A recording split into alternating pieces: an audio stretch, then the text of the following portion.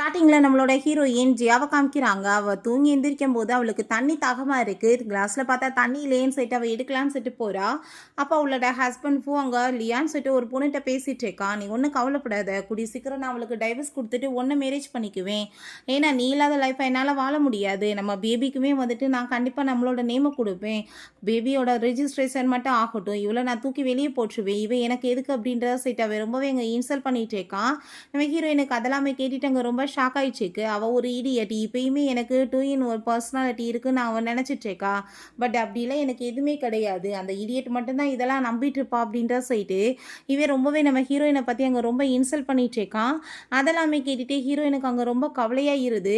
அப்போ இத்தனை நாள் நம்மளை ஃபுல் ஆக்கிட்டு இருந்தானான்னு சொல்லிட்டு அங்கே ரொம்பவே ஃபீல் பண்ணிட்டு அங்கே கையில் இருக்க அந்த கிளாஸுமே கீழே விழுந்ததுமே அந்த சவுண்டை கேட்டுட்டு இவே ஷாக் ஆகிட்டு, நீ வெயிட் பண்ணி யாருன்னு சொல்லிட்டு நான் பார்க்குறேன்னு சொல்லிட்டு அங்கே போகிறான்.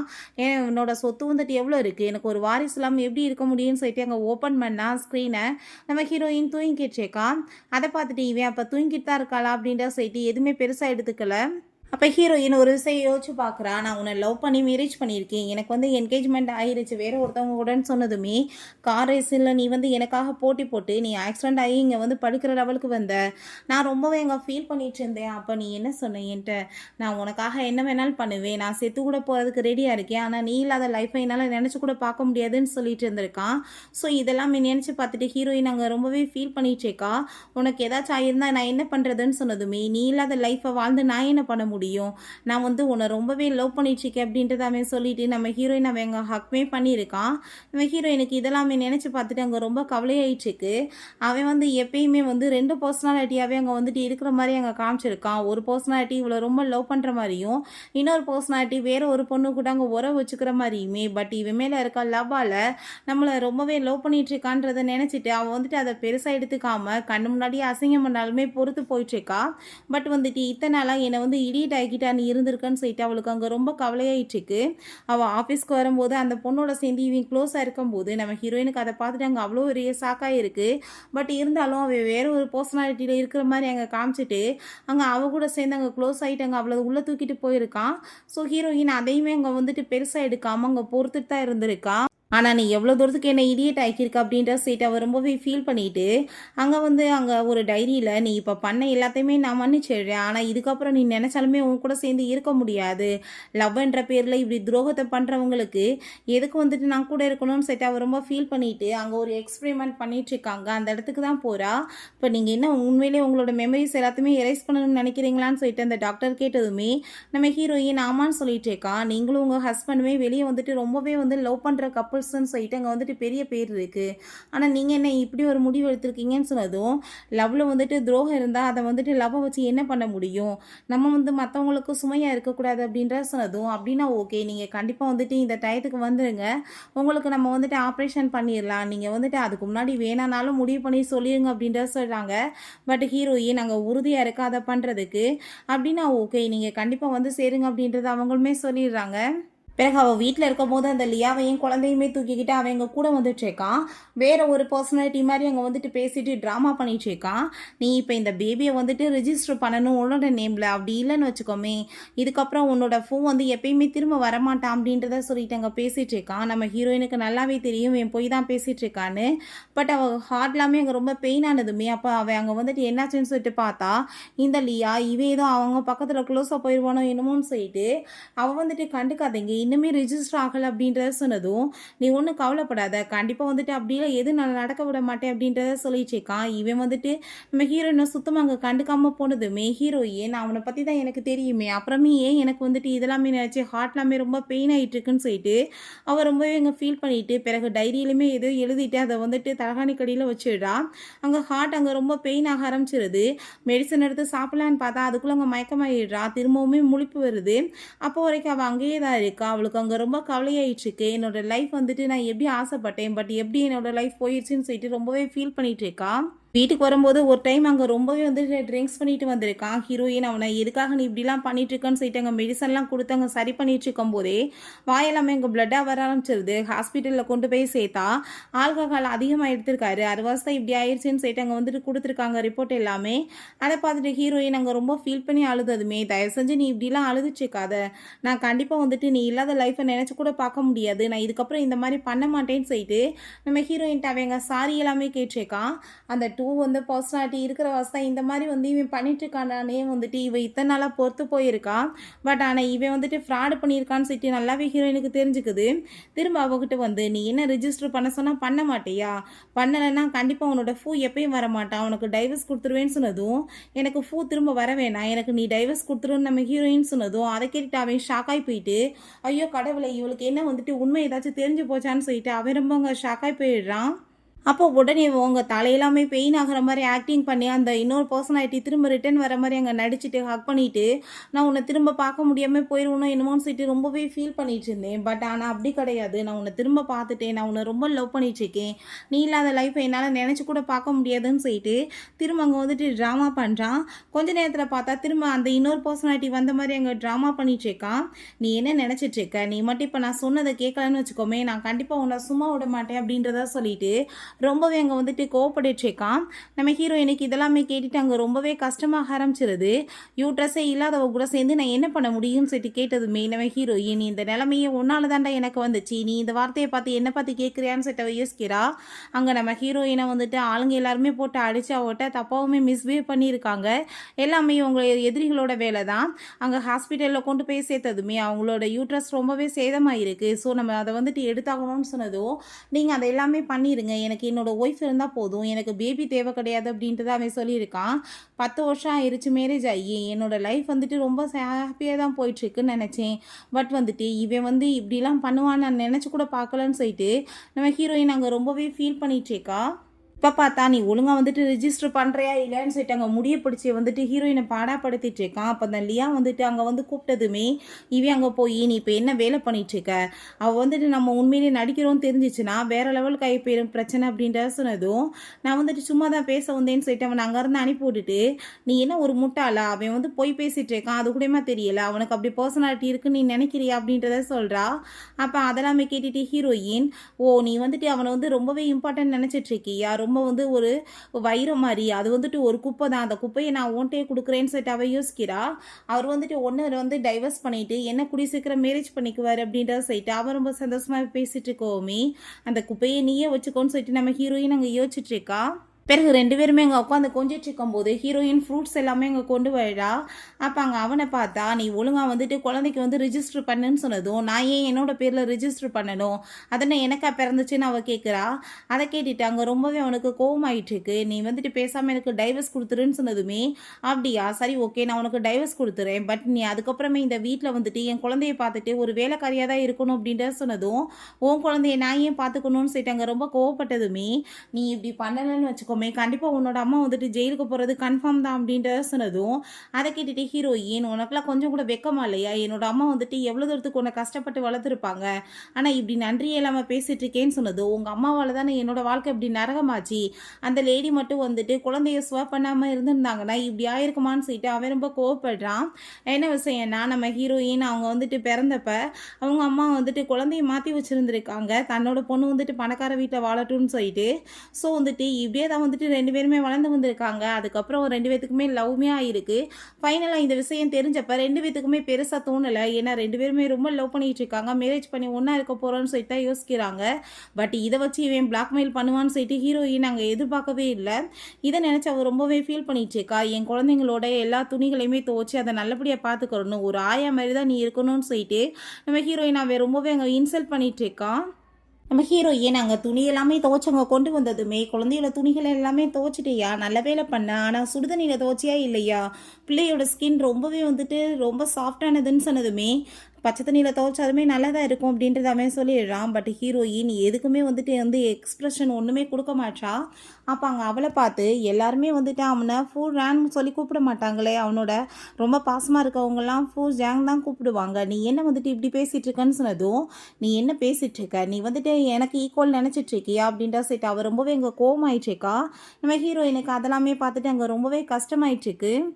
உனக்கு கூடிய சீக்கிரம் அவன் டைவர்ஸ் பண்ணிட்டு என்ன மேரேஜ் பண்ணிக்குவான், ஓ லெவல் என்னமோ அதுக்குள்ளே இருந்துக்கும்னு சொல்லிட்டு அவங்க இருந்து போயிட்டுருக்கா. பிறகு நம்ம ஹீரோயின் இதுக்கப்புறம் வந்துட்டு நான் எந்த கஷ்டத்தையும் அனுபவிக்க போகிறது கிடையாது, நாட்கள் வந்து குறைஞ்சதாக இருக்குது, நான் இங்கேருந்து போயிடுவேன்னு சொல்லிட்டு அங்கே டைரியில் எழுதிட்டுருக்கா.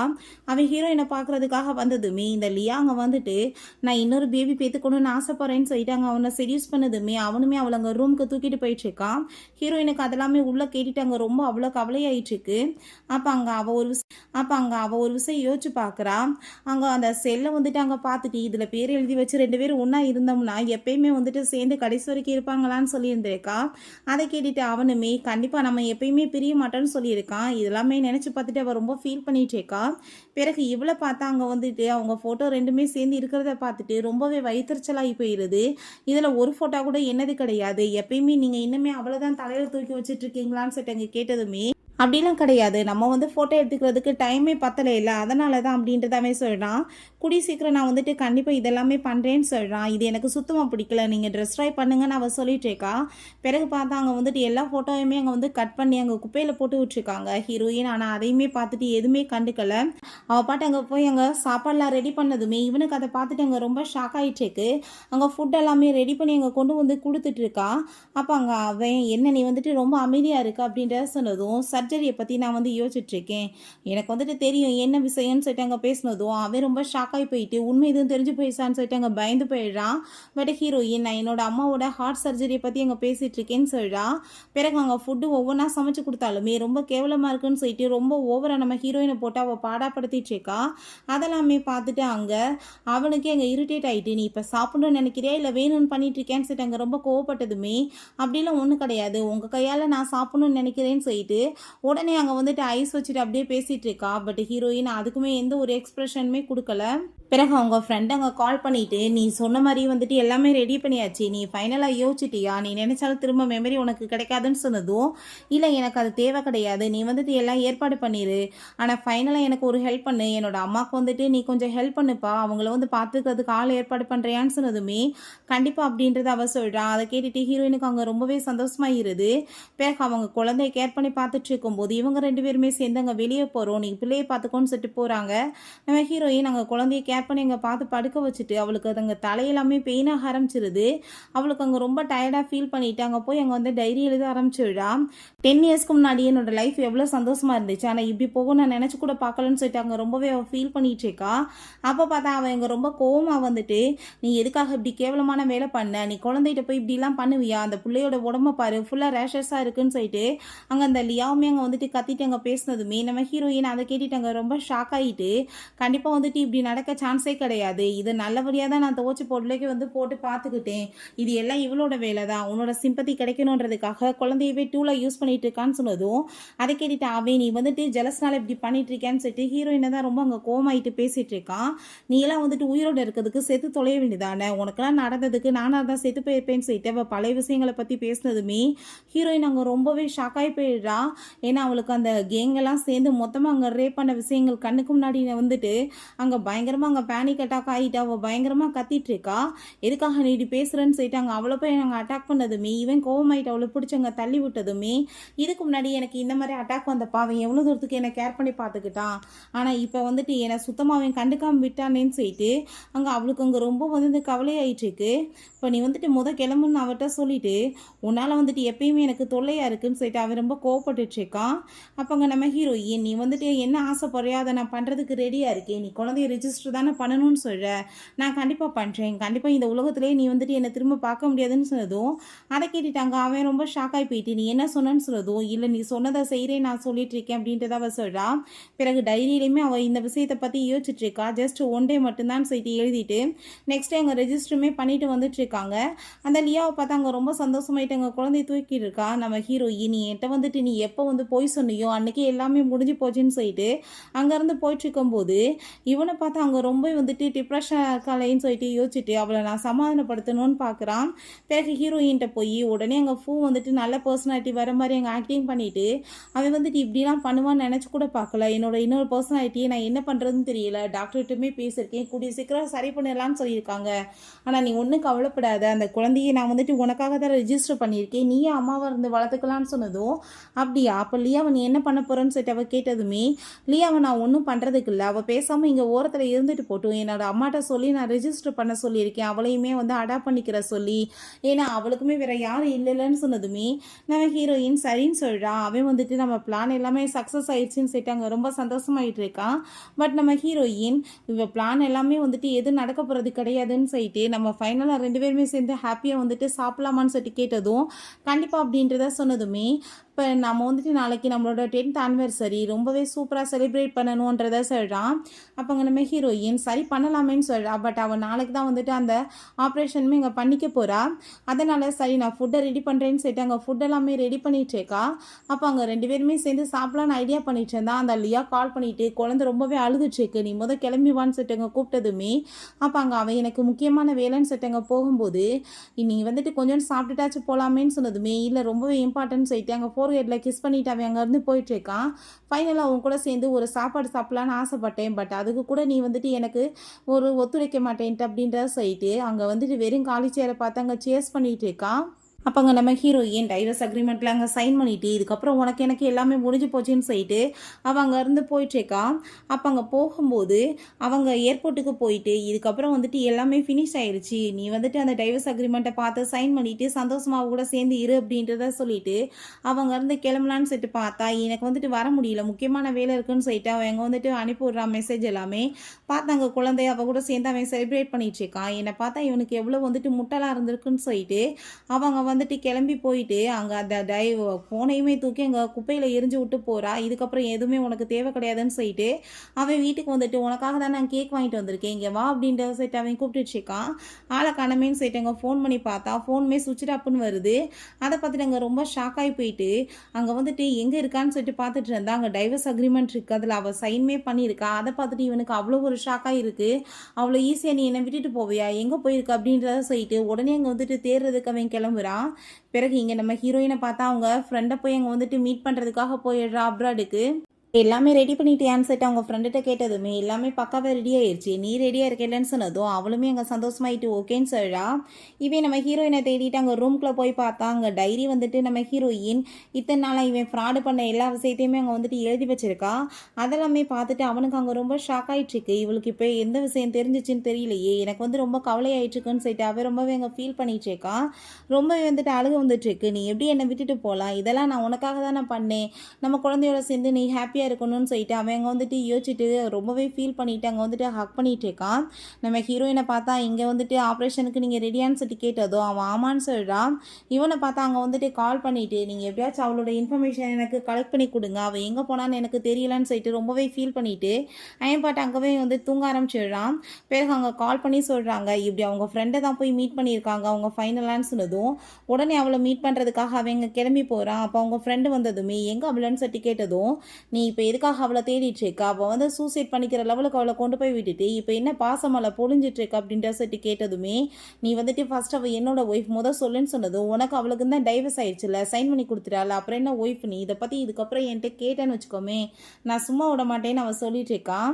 பிறகு இங்கே நம்ம ஹீரோயின்ட்டாங்க டாக்டர் உங்களுக்கு வந்துட்டு இப்போ ஆப்ரேஷன் பண்ணியாச்சு, நல்லபடியாக வந்துட்டு உங்களுக்கு இருக்கா, எப்படி இருக்கு உங்களுக்கு ஃபீலிங் அப்படின்றத சொல்லி கேட்டதும் நான் ரொம்பவே இப்போ ஹாப்பியாக இருக்கேன் அப்படின்றத அவ சொல்கிறா. நீங்கள் தொடர்ந்து வந்து மெடிசன் எடுத்துக்கோங்க, நீங்கள் அதுக்கப்புறம் வந்துட்டு உங்கள் உடம்பை நல்லபடியாக பார்த்துக்கோங்க, உங்களுக்கு பழைய விஷயங்கள் எதுவுமே வந்துட்டு ஞாபகம் இருக்காது அப்படின்றத சொன்னதுமே அவளுமே அங்கே ரொம்ப சந்தோஷமாயிட்டு இருக்கா. அங்கே டைரியை கொடுத்துட்டு முக்கியமான பர்சன்ஸை நீங்கள் ஒட்டி வச்சுருக்கீங்க இதுலன்னு சொன்னதுமே பார்த்தா அவங்க அம்மா சிஸ்டர் அதுக்கப்புறம் அவங்க ஃப்ரெண்டோட ஃபோட்டோ இருக்குது. இவனை பார்த்தா குடிச்சு அங்கே வந்துட்டு பிளட்டாக வாமிட் எடுக்க ஆரம்பிச்சிடுறான். திரும்ப ஹீரோயின் ரிட்டன் வந்ததுமே நான் யாருன்னு உனக்கு தெரியுதான்னு சொல்லிட்டு அவங்க ஃப்ரெண்டு கேட்டதுமே நீ என்னோட பெஸ்ட் ஃப்ரெண்டு உன்னை எனக்கு தெரியாதான்னு சொல்லிட்டு அங்கே வந்துட்டு கேட்டுட்ருக்கா. நல்லபடியாக வந்துட்டு என்னோட அம்மாவை பார்த்துக்கிட்டதுக்கு ரொம்பவே தேங்க்யூன்னு சொல்லிட்டு அவங்க சிஸ்டரையும் அம்மாவையும் பார்த்துட்டு அங்கே ரொம்பவே அவள் சந்தோஷமாயிட்டு இருக்கா.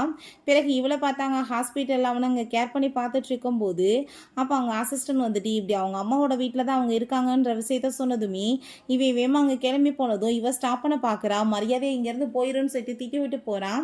பிறகு நம்ம ஹீரோயினுக்கு அவங்க அம்மா அங்கே ஃபுட் எல்லாமே கொடுத்துட்டு இருக்கும்போது இவன் பார்த்தா அங்கே வந்ததுமே அவளை மீட் பண்ணுறதுக்காக அங்கே கோமாயிட்டு ஹீரோயின் கட்டையை எடுத்துட்டு யார் நீ எதுக்காக இங்கே வந்துட்டுருக்குன்னு சொல்லிட்டு அங்கே அடிக்க வந்ததுமே அதை பார்த்துட்டு அவனுக்கு அங்கே ரொம்ப ஷாக்காகி போயிடுது. நீ என்ன எல்லாம் மறந்து போயிட்டியான்னு சொன்னதும் அவங்க அம்மா என் பொண்ணோட வாழ்க்கையை நீ நரகமாக்குனது போதாதான்னு சொல்லிட்டு அங்கே ரொம்ப கோவப்படுறாங்க. அப்போ அவன் நம்ம ஹீரோயினை போட்டு கொடுமைப்படுத்தின விஷயங்கள் எல்லாமே எங்கள் கண்ணுக்கு முன்னாடி வந்து போயிட்டுருக்கு. அதை பார்த்துட்டு அங்கே ரொம்ப ஷாக்காகி போயிடுது. அப்பா அவன் ப்ளீஸ் நீங்கள் எனக்கு ஒரு சான்ஸ் கொடுங்க, அவட்ட நான் பேசணும்னு சொன்னதும் உன்னை இத்தனை வருஷமாக நான் வளர்த்ததுக்கு நீ நன்றி கடன் செலுத்திட்ட, போதும் மரியாதையை வெளியே போன்னு சொல்லிட்டு அங்கே ரொம்ப கோவப்பட்டு இருக்காங்க. அது யாருமான்னு சொன்னதும் அவன் ரொம்பவே மோசமானவன், எப்போ பார்த்தாலும் உன் பின்னாடி சுற்றிட்டு தொந்தரவு பண்ணிட்டு இருந்தான்னு சொல்கிறாங்க. பிறகு அசிஸ்டன்ட் பாஸ் இப்படி உங்களுக்கு ஆப்ரேஷன் நடந்துருச்சுன்னு சொன்னதும் அதை கேட்டுட்டு அவன் ஷாக் ஆகிட்டு எல்லாத்தையுமே மறந்து போயிட்டாளா அப்படின்னா எனக்கு திரும்ப சான்ஸ் இருக்குது, நான் ஆரம்பத்துலேருந்து அவளை என்ன லவ் பண்ண வைக்கலாம் இல்லை அப்படின்ற சைட் அவங்க ஐடியா பண்ணிட்டு ரொம்பவே ஹாப்பியாகிட்டு இருக்கான்.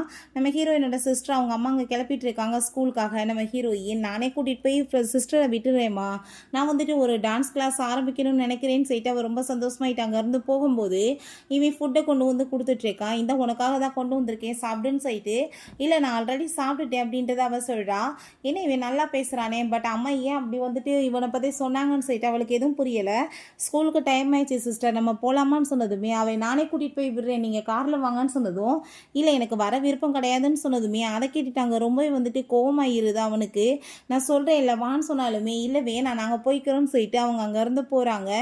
அப்பாங்க நீ யார் என்னன்னு எனக்கு தெரியாது, நீ எதுக்காக இப்போ தொந்தரவு பண்ணிட்டு இருக்கான்னு சொன்னதும் நானும் நீயுமே ரொம்ப லவ் பண்ணிட்டு இருந்தோன்னு சொன்னதும் அதை கேட்டுட்டு என்னோட அம்மா நீ என்னை ரொம்ப தொல்லை பண்ணலாம் சொன்னாங்கன்னு சொன்னதும் அதெல்லாம் உண்மை கிடையாது.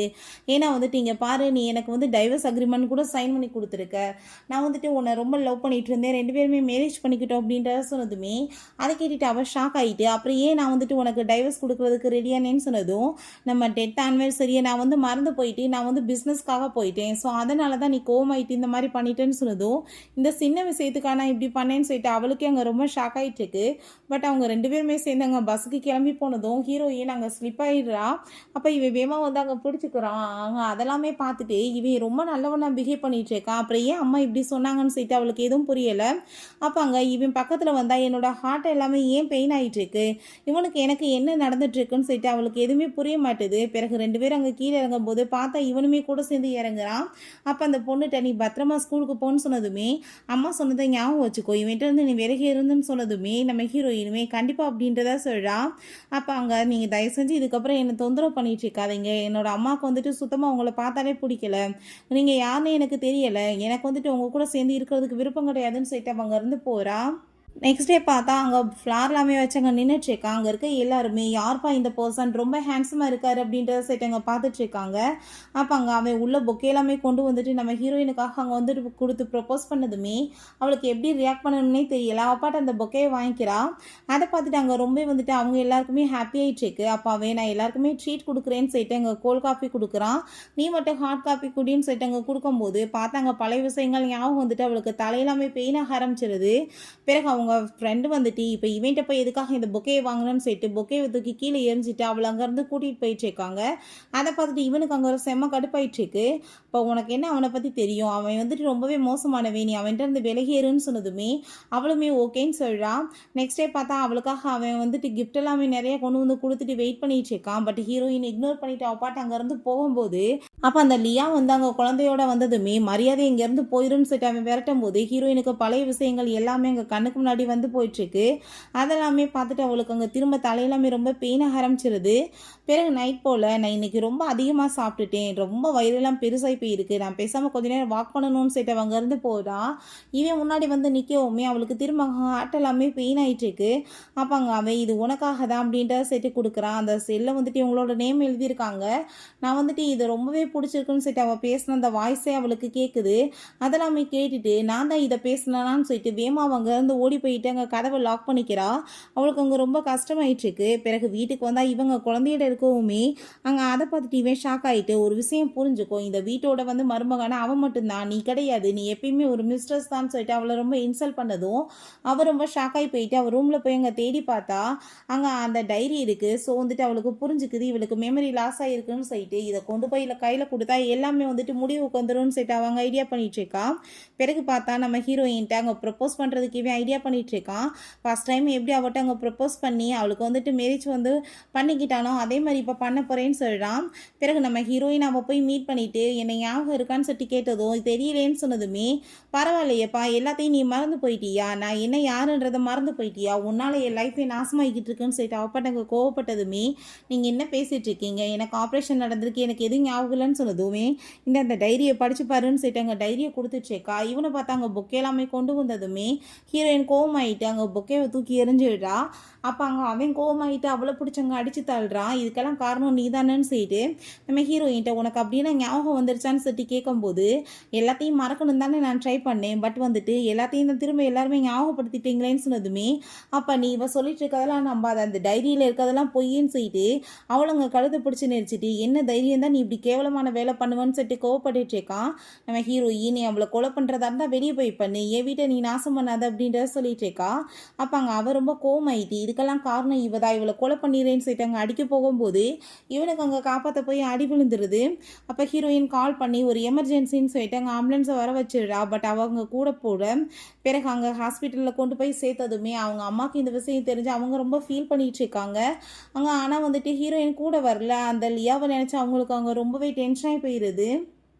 இந்த லியாவை பார்த்தா காசுக்காக என்ன வேணாலும் பண்ணுவா. உடனே இப்போ வந்து அவன் விரட்டி விட்டான்ல, அதனால் இப்போ என்ன பண்ணுறதுன்னு சொல்லிட்டு அவங்க கூட பிஸ்னஸ் பார்ட்னராக இருந்த ஒரு வயசான ஆளை போய் அங்கே வந்து கரெக்ட் பண்ணி கூட சேர்ந்து அங்கே வந்துட்டு காசுக்காக அங்கே சுற்ற ஆரம்பிச்சிடா.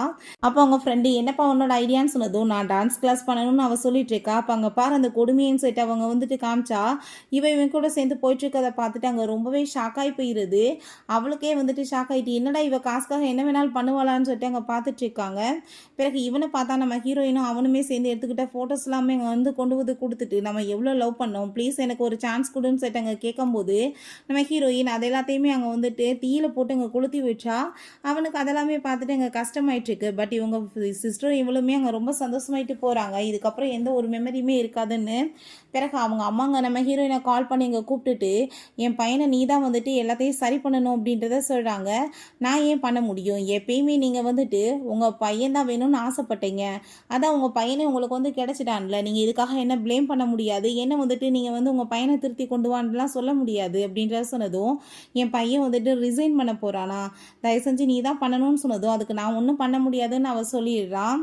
பிறகு அவங்க ஃப்ரெண்டை மீட் பண்ண வந்ததுமே அவங்க வந்துட்டு சந்தோஷமாயிட்டுருக்கா. நம்ம வந்துட்டு லேட் ஆகிடுச்சு கோச்சுக்காதப்பான்னு சொல்லிட்டு அவங்க பேசிகிட்டு இருக்கும்போதே ஸ்லிப்பாகி விழுக போகும்போது வேகமாக வந்துட்டு பிடிச்சி காப்பாற்றுறான். பட் அங்கே வந்துட்டு நம்ம ஹீரோயின், இதுக்கப்புறம் நம்ம மீட் பண்ணிக்காமல் இருக்கிறது தான் லைஃப்பில் நல்லதுன்னு நினைக்கிறேன், நடந்தது என்னமோ நடந்துருச்சு, இதுக்கப்புறம் வந்துட்டு பிரிஞ்சு இருக்கா தான் பெட்டர்னு சொல்லிட்டு அப்பாட்ட அங்கே இருந்து போனதும் இவனுக்கு அதை பார்த்துட்டு அங்கே ரொம்பவே வந்துட்டு கஷ்டமாக ஆரம்பிச்சிருது. எவ்வளோ ட்ரை பண்ணாலுமே கண்டுக்க மாட்டாளேன்னு இவங்க ஃப்ரெண்டு இவங்க எல்லாருமே சேர்ந்துட்டு அங்கே ரொம்ப சந்தோஷமாயிட்டு அங்கே வந்துட்டு கேக் வெட்டிட்டு கொண்டாடிட்டு இருக்காங்க அவளோட புது டான்ஸ் கிளாஸ் ஆரம்பிச்சதுக்காக. நம்ம ஹீரோயின் அவன் வந்து அங்கே மீட் பண்ணிட்டு அங்கே சாரி கேட்குறான் நடந்த எல்லாத்துக்குமே. ஃபைனலாக வந்துட்டு இப்படியே பிரிஞ்சிருக்கதா நல்லது, ரெண்டு பேரும் இதுக்கப்புறம் ஒன்றா இருக்க முடியாது அப்படின்றத சொல்லிடுறாங்க. மெமரி வந்துட்டு லாஸ் இவனுமே பண்ணிக்கலான்னு சொல்லிட்டு அங்கே வெளிநாட்டுக்கு போய் அங்கே மெமரி லாஸ் பண்ணுறதுக்கு அவனுமே அங்கே வந்துட்டு போயிடுறான். அப்போ அங்கே போனதுமே அவங்க அம்மாவை பார்த்தா ஆல்ரெடி வந்துட்டு இவங்க ஃபோட்டோ எல்லாமே வந்துட்டு அங்கே கொடுத்து ஒட்டி வச்சுட்டு போயிருக்கான் ஹீரோயினோட ஃபோட்டோவை, முக்கியமான பர்சனை. அதை வந்துட்டு அவங்க கிழிச்சு விடுறாங்க. அங்கே டாக்டர் கொடுத்ததுமே அதில் ஒரு பேஜ் மட்டும் அங்கே இல்லாமல் இருக்குது. அதை பார்த்துட்டு அவன் ஷாக் ஆகிட்டு, எதுக்காக இந்த ஒரு பேஜ் மட்டும் வந்துட்டு இல்லாமல் இருக்குது அப்படின்றத சரி கேட்டதும், ஏன்னா இது வந்துட்டு முக்கியமான பர்சனோடது கிடையாது அதனால தான் அப்படின்றத அவங்க சொல்கிறாங்க. பட் ஏதோ வந்துட்டு பெரிய விஷயத்த நான் இழந்த மாதிரியே எனக்கு தோணுதுன்னு சொல்லிட்டு இவே யோசிச்சுட்டு இருக்கான். பிறகு இவங்க அசிஸ்டண்ட்டை பார்த்தா அவர் வந்துட்டு எல்லா சொத்தையுமே உங்களோட பேரில் எழுதியிருக்காருன்னு சொல்லிட்டு அங்கே கொடுத்ததுமே நம்ம ஹீரோ எனக்கு அதை பார்த்துட்டு அங்கே ரொம்ப ஷாக் ஆகிருது. பட் இதை வச்சு நான் என்ன பண்ண போகிறேன்னு சொல்லிட்டு அதை கொண்டு போய் அவள் அனாத ஆசிரமத்துக்கு அங்கே டொனேட் பண்ணிடுறான். அந்த சைடில் போயிட்டு இருந்தா இவனுக்கு ஹார்ட் எல்லாமே அங்கே ரொம்ப பெயினாக ஆரம்பிச்சிருது. ஏதோ வந்துட்டு முக்கியமான ஒரு பர்சன் என்னோட வாழ்க்கையில் நான் இழந்த மாதிரியே எனக்கு தோணுதுன்னு சொல்லிட்டு ரொம்பவே கவலை ஆயிடுச்சுக்கு. நம்ம ஹீரோயினும் அவங்க ஃப்ரெண்டுமே ரொம்ப சந்தோஷமாயிட்டு போயிட்டுருக்காங்க. ஒரு நல்ல வேலை பண்ணிட்டோம், எத்தனை பிள்ளைங்களோட வாழ்க்கையை நம்ம காப்பாற்றிருக்கோம்னு சொல்லிட்டு அங்கே போயிட்டுருக்காங்க அதை டொனேட் பண்ணிவிட்டு. அப்போ அவன் ஹார்ட்லாமே பெயின் ஆகிட்டு அங்கே கீழே விழுக போகும்போது அவங்க அசிஸ்டன்ட் பிடிச்சிட்டு, சார் உங்களுக்கு என்னாச்சுன்னு சொன்னதும், என் வாழ்க்கையில் பெருசாக எதையும் நான் இழந்துட்ட மாதிரியே எனக்கு தோணுதுன்னு சொல்லிட்டு அவன் ரொம்ப ஃபீல் பண்ணிட்டேக்கான். கடைசியில் இப்படியே இந்த மூவியுமே கம்ப்ளீட் ஆகிடுது. இந்த வீடியோ உங்களுக்கு பிடிச்ச கண்டிப்பாக லைக் பண்ணுங்கள், ஷேர் பண்ணுங்கள், கமெண்ட் பண்ணுங்கள் அண்ட் ப்ளீஸ் சப்ஸ்கிரைப் பண்ணுங்கள். Bye guys.